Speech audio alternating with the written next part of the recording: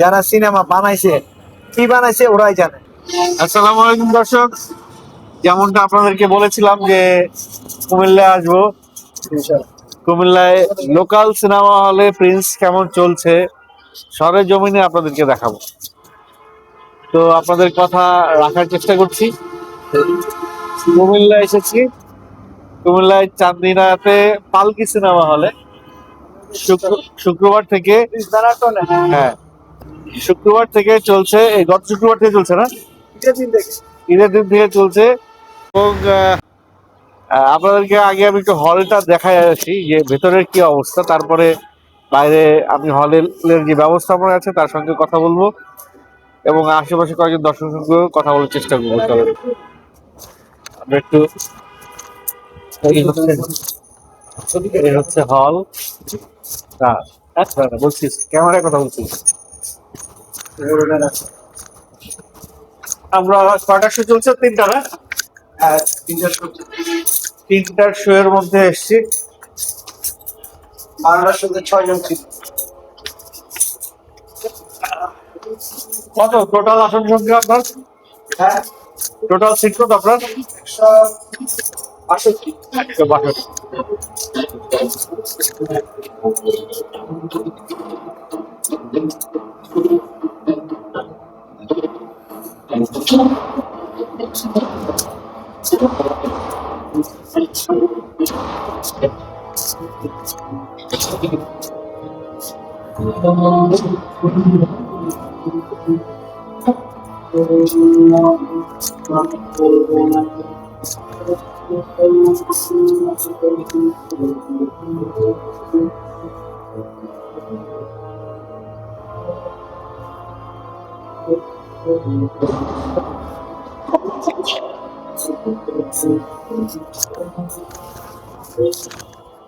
মোটামুটি আপনাদেরকে দেখাইলাম হলের ভেতরের অবস্থা।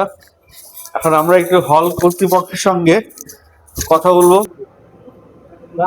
দর্শক, আমার সামনে যিনি বসে আছেন তিনি কুমিল্লার চান্দিনার পালকি সিনেমা হলটা এনার তত্ত্বাবধানে আছে, ইনি চালাচ্ছেন।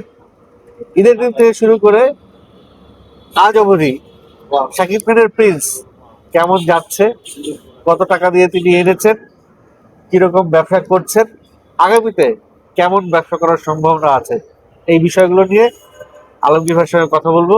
আলমগীর ভাইয়ের আরো একটা পরিচয় আছে, আলাপে আলাপে আরো অনেক কথা চলে আসবে। ভিডিওটা না টেনে সম্পূর্ণ ভিডিওটা দেখেন। আলমগীর ভাই, প্রিন্স সিনেমা আপনি ঈদের দিন থেকে চালাচ্ছেন, প্রথম দিন কেমন দর্শক হয়েছিল? প্রথম দিন বরবাদ যে ছবিটা চলেছে, তুফান যে ছবিটা চলেছে, প্রথম দিন যা সেল হয়েছে তার মধ্যে 55% সেল কম ছিল। মানে শাকিব খানের অন্যান্য ছবির চাইতে 55% সেল কম ছিল প্রথম দিন। প্রথম দিন। তাতে কি আপনার তারপর দ্বিতীয় দিন বাস নাই, কিছুদিন আরো কমে গেছে? এখন যা দেখতেছেন এই অবস্থায় আছে। এখন তো দেখলাম 15-16 জন দর্শক, 15-16 জন না, 14 জন। 14 জন দর্শক। বাকি পল্লী বিদ্যুতের 4 জন আছে আর এলাকা 2 জন আছে। আপনার হলের ক্যাপাসিটি কয়জনের? এটা 165। 165 জনের ক্যাপাসিটি আছে, মানে উপরে, নিচেরটা আপনি সংস্কার। আচ্ছা, আপনি কত টাকা দিয়ে সিনেমাটা আনছেন? আমি ছবি যাই টাকা দিছি, ছবির আমার সম্পূর্ণ খরচ মিলে প্রায় 11 লাখ টাকা পড়ছে। 11 লাখ টাকা খরচ করছেন হল মেরামত সহ। হল মেরামত সহ। এই 11 হলটা আজকে 1 বছর বন্ধ ছিল, মেশিন থেকে সবকিছু নষ্ট হয়ে গেছে।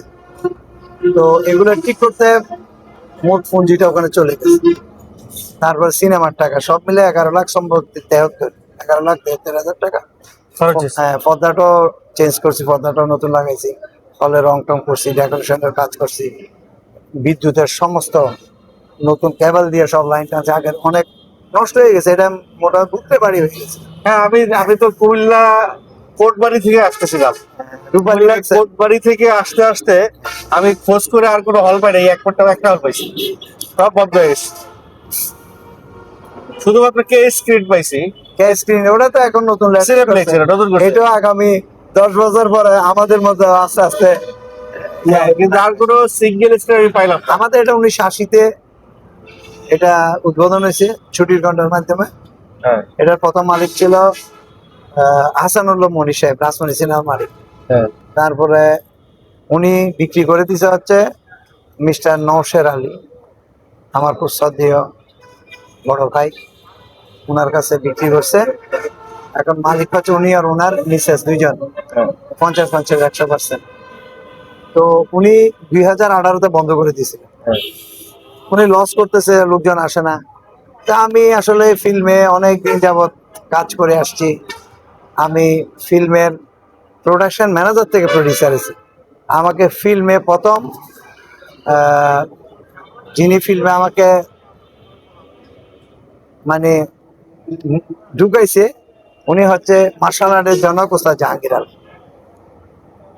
উনি আমার শ্রদ্ধেয় পিতা সমতুল্য। আমি ফিল্মে ওনাকে আমার আমার আমার চেয়ে আমার নিজের চেয়ে আমি ওনার বেশি শ্রদ্ধা করি। তো উনি যখন ঢুকাইলো তখন আমি ফিল্মে আস্তে আস্তে প্রোডাকশন ম্যানেজারে কাজ করতে করতে একদিন আমি প্রডিউসার, এবং এর মধ্যে আহ, মাঝখানে সনি সিনেমা হলের মালিক মোহাম্মদ হোসেন সাহেবের উপর কাজ করছি, অনেকের সাথে কাজ করছি। বিশেষ করে ওস্তাদ জাহাঙ্গীর আলমের অবদান এটা বলার মানে এরা আমি জীবনে মৃত্যুর আগ পর্যন্ত ওস্তাদ জাহাঙ্গীর আলমকে স্মরণ করবো। আহ, মাসুদ পারভেজ, সোহেল রানা, উনিও যথেষ্ট হেল্প করছে, অনেক আদর করছে। এই মানুষটা অসাধারণ একজন চলচ্চিত্রের ভালো মানুষ। আপনার প্রোডাকশনের প্রথম ছবি কোনটা ছিল? আমি প্রথম পার্টনারে করছিলাম আহ, চয়ন ইসলামের সাহেব, ডক্টর মাজহারুল ইসলাম সাহেবের ছেলে, রাজশাহী ইউনিভার্সিটির বিসি ছিল চয়ন ইসলাম, উনি এমপি ছিল পরে লাস্ট। ওনার সাথে একটা ছবি পার্টনারে করছিলাম, ওটার নাম গেরিলা বাহিনী।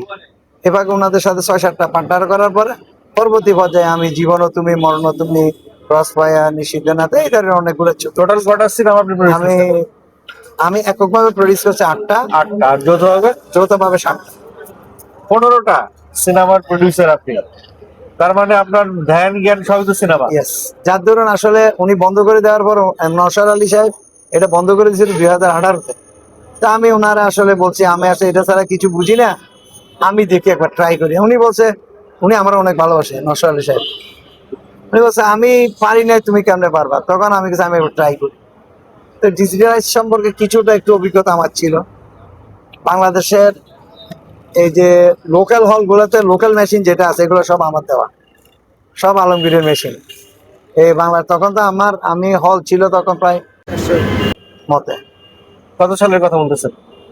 এটা মনে হয় 14 সালের থেকে, তো 13 সালের থেকে, সরি 13 থেকে 17 পর্যন্ত আমি সমগ্র বাংলাদেশের লুজ মেশিন গুলো আমি দিছি।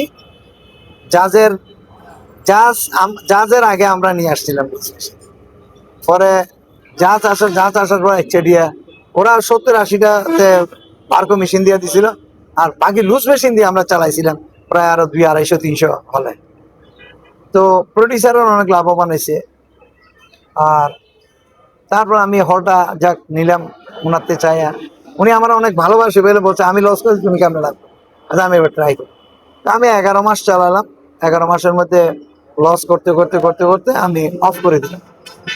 তারপরে কোভিড আসলো, কোভিডের মধ্যে 2023 সাল পর্যন্ত বন্ধ ছিল। 23 সালে আমি আবার হলটারে দেখলাম সব মেশিন টেশিন মানে একদম অন্ধকার হয়ে গেছে, মাকড়সা ভাঙা ভাঙা পড়তেছে ওই সাউন্ড ইয়াগুলা। তো 2019-এর পরের থেকে, সরি 2019-তে 23 পর্যন্ত বন্ধ ছিল। বন্ধ থাকার পরে 24-এ গিয়ে আমি হল সব ভেঙে চুরে সাউন্ড টাউন দিয়ে নতুন মেশিন দিয়ে আবার উদ্বোধন করলাম। আবার একটা ঈদে চালালাম, আবার লোকজন হয় না বন্ধ করে দিলাম। এইবার এসে না কতগুলো ছবি আসছে, মনে হচ্ছে এই ছবিগুলো একটু চালাই, আবার সে অনেকগুলো টাকা খরচ করে। মানে 6 মাস বন্ধ থাকলে এটা হল থাকে না, স্বাভাবিক। মানে সিট গুলো সব নষ্ট হয়ে যায়। আমরা এবার সিটের কাজ করছি প্রায় 1,12,000 টাকা। তো সব পর্দাগুলো যা আছে একদম ইনক্লুডিং সব মানে দ্রুত গতিতে 18-20 দিনের মধ্যে সব ঠিক করলাম, নতুন মেশিন আনলাম 3টা।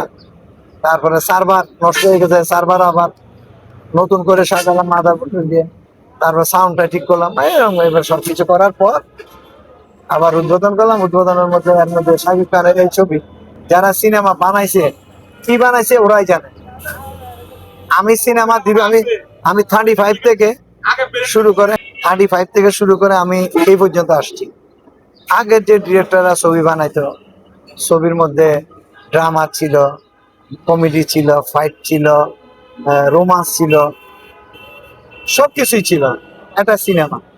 ওই তখন একটা ছবি যদি ফ্লপ হয়ে যায়, টাকা ওইটা আরো 20 লাখ টাকা লাগতো। এখন এরা বলে 18 কোটি, বেশি টাকাটা খরচ করে কোথায়? আমার দেশে এত সুন্দর লোকেশন থাকতে আপনারা জানগা ইন্ডিয়াতে, আমরা জানগা শ্রীলঙ্কাতে, টাকাগুলো ওখানে দিয়ে আছে। আবার বলেন আমাদের দেশে এত মানে খুব ট্যালেন্ট টেকনিশিয়ান আছে এখন এই ডিজিটাল যুগে, তাদের কাছে কাজ করে তারা ইন্ডিয়া চলে যায়। মানে ওই যারা কাজ করে তারা চুরি করতে পারে ইন্ডিয়া, আর যারা এখন সিনেমা বানাচ্ছেন তারা সিনেমার কোনো কৌশলই বুঝে না।